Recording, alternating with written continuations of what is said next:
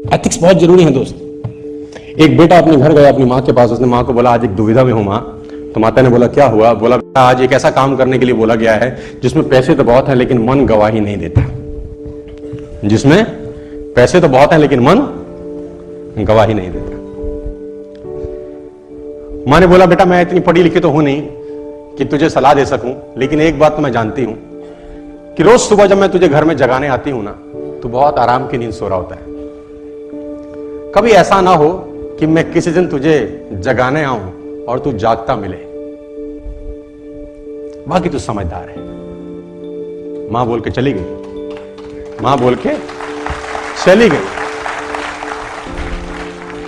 और बेटा बोला mama I got my answer. I got my answer. Never in your life कभी unethical मत होना दोस्त, कभी अनएथिकल मत होना, है ना। तो कभी भी अनएथिकल एक्टिविटी में इन्वॉल्व मत होना। आपने नाम सुना है राजा जनक? बहुत इंपॉर्टेंट चीज समझाता हूं आपको। चलो सुना है आपने नाम? राजा जनक सीता जी के पिता थे। एक बहुत बड़े ऋषि हुए। आज आपको मैं थोड़ी ज्ञान की बात भी बता देता हूं। सीता जी के पिता राजा जनक थे। वो एक ऋषि के पास बैठे थे। ऋषि का नाम था याज्ञवल्क्य जी। याज्ञवल्क्य जी। तो राजा जनक और उनकी आपस में बात चल रही थी। तो राजा जनक याज्ञवल्क्य जी से पूछते हैं कि ऋषिवर आदमी किसकी रोशनी से देखता है? तो ऋषि बोले राजा कैसी बात कर रहे हो? तो बड़ी छोटी सी बात तुमने पूछी है। आदमी सूरज की रोशनी से देखता है। तो राजन बोले महाराज अगर सूरज अस्त हो फिर? तो ऋषि बोले फिर आदमी चांद की रोशनी से देखता है। तो बोला महाराज अगर अंधेरों से भरी रात हो, अमावस हो, तारे हो फिर? उसने ऋषि ने कहा कि फिर आदमी आवाज की दृष्टि से देखता है। बोला आवाज की दृष्टि? बोला हाँ, तुम किसी वन में भटक जाओ, घनघोर अंधेरा हो, सूरज ना हो और कहीं दूर से तुम्हें कोई आवाज देके पुकारे, तो तुम वहां जाओगे कि नहीं जाओगे?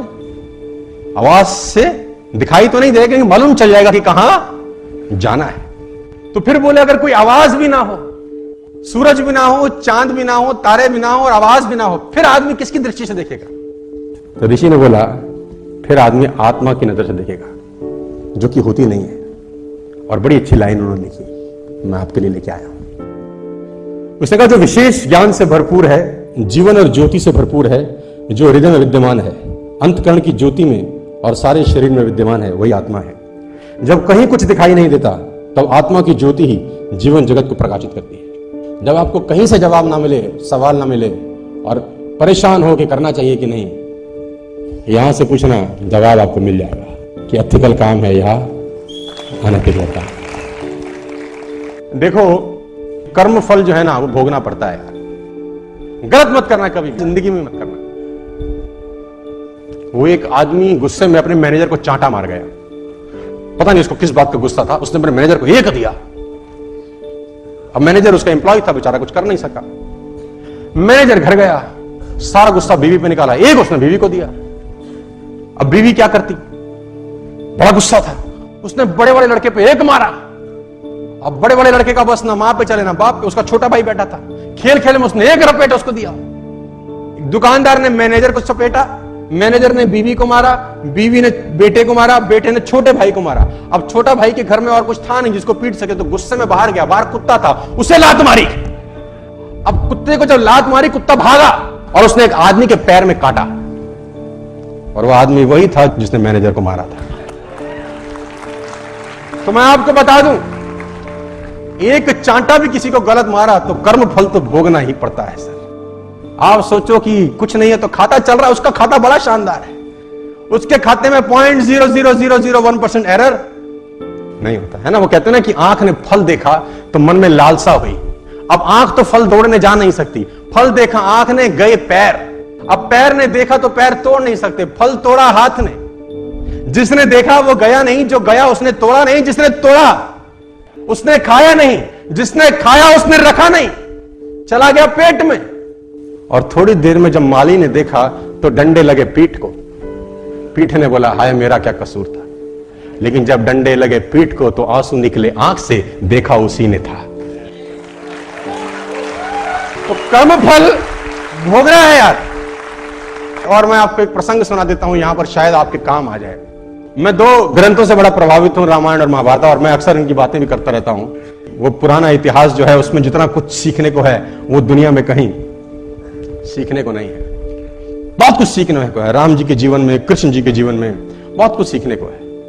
और रामायण एक ऐसा ग्रंथ है जिसमें एक एक चीज सीखने को है। मैं कभी कभी कुछ लेडीज से बात करता हूं, हम तो बहुत दुखी हैं जी, पति बेकार मिला है, बच्चे नालायक हैं। मतलब मेरी बात को अदरवाइज मत लेना, 70 to 80% पुरुष भी मिलते हैं रोते, महिलाएं भी रोती मिलती हैं।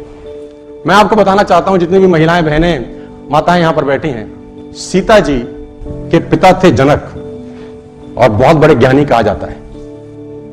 जिनके घर में शादी हुई, ससुर से दशरथ, जिनके बेटे खुद भगवान हुए, और जिनसे शादी हुई वो स्वयं भगवान। जितना दुख उन्होंने भोगा है तुम में से सब मिलके भी नहीं भोग पाते। तो रोने का जरूरत नहीं है। हाय हाय हाय हाय, दुख ही दुख है। एक एक पात्र से सीखने को है, राम जी से अलग सीखने को। भरत जी को गद्दी सौंप रहे हैं, है ना। राम जी वनवास चले गए, भरत जी को बोला आप कोई नहीं है, दो वचन थे, एक भाई ने पूरा कर दिया, दूसरा तुझको पूरा करना है कि तुझे राजगद्दी पे बैठना है। पिता मरते का दो वचन दे गए हैं। भरत ननिहाल थे, ननिहाल से जब लौटे उनको बताया गया सारा प्रपंच हुआ है। भरत को बहुत गुस्सा आया, वो गद्दी पे नहीं बैठे सो नहीं बैठे। उनको खूब समझाया गया कि तुम्हें गद्दी पे बैठना है, ये पिता की आज्ञा है, पिता की आज्ञा मानना तुम्हारा फर्ज है। बड़े भाई ने भी मानी है तो तुमको भी मान। तो गुरु समझा रहे हैं, तो गुरु ने बोला अगर मैं समझाऊं तो भी नहीं बैठेगा, अगर मैं समझाऊं और मैं आज्ञा दूं तो भी भरत गद्दी पे नहीं बैठोगे। भरत ने बोला गद्दी पे बैठ तो जाऊंगा गुरुजी, लेकिन ये धरती रसातल को चली जाएगी, ये धरती रसातल चली जाएगी अगर मैं गद्दी पे बैठ गया। तो गुरुजी ने बोला भरत कैसी बात करते हो, इस धरती पे रावण कुंभकर्ण जैसे राक्षस हुए तब धरती रसातल नहीं गई है। रावण कुंभकर्ण जैसे राक्षस हुए, धरती रसातल नहीं गई। हिरण्याकश्यप जैसे राक्षस हुए, धरती रसातल में नहीं गई। भरत जैसा महात्मा बैठेगा तो धरती रसातल को चली जाएगी, कैसी बात करते हो। भरत ने बोला महाराज, कुंभकर्ण रावण का भार धरती माता सहन कर लेती है क्योंकि उसको पता है कि राक्षस है। हिरण्याकश्यप का भार धरती माता सहन कर लेती है क्योंकि उनको पता है राक्षस है। लेकिन जब रावण, कुंभकर्ण और हिरण्याकश्यप का काम राम का छोटा भाई करने लगे तो धरती माता भरोसा किस पे करेगी, ये तो रसातल को ही चली जाएगी। मैं नहीं बैठूंगा। वो नहीं बैठे सो हमारा तो 4 इंची दीवार इधर उधर हो जाए बस, भगवान कसम कोर्ट केस हो जाते हैं। इसीलिए आपकी हमारी चर्चा हमारे जाने के बाद नहीं होगी, युग बीत गए हम उनकी बात कर रहे हैं। यार ऐसा कुछ करके जाना चाहिए।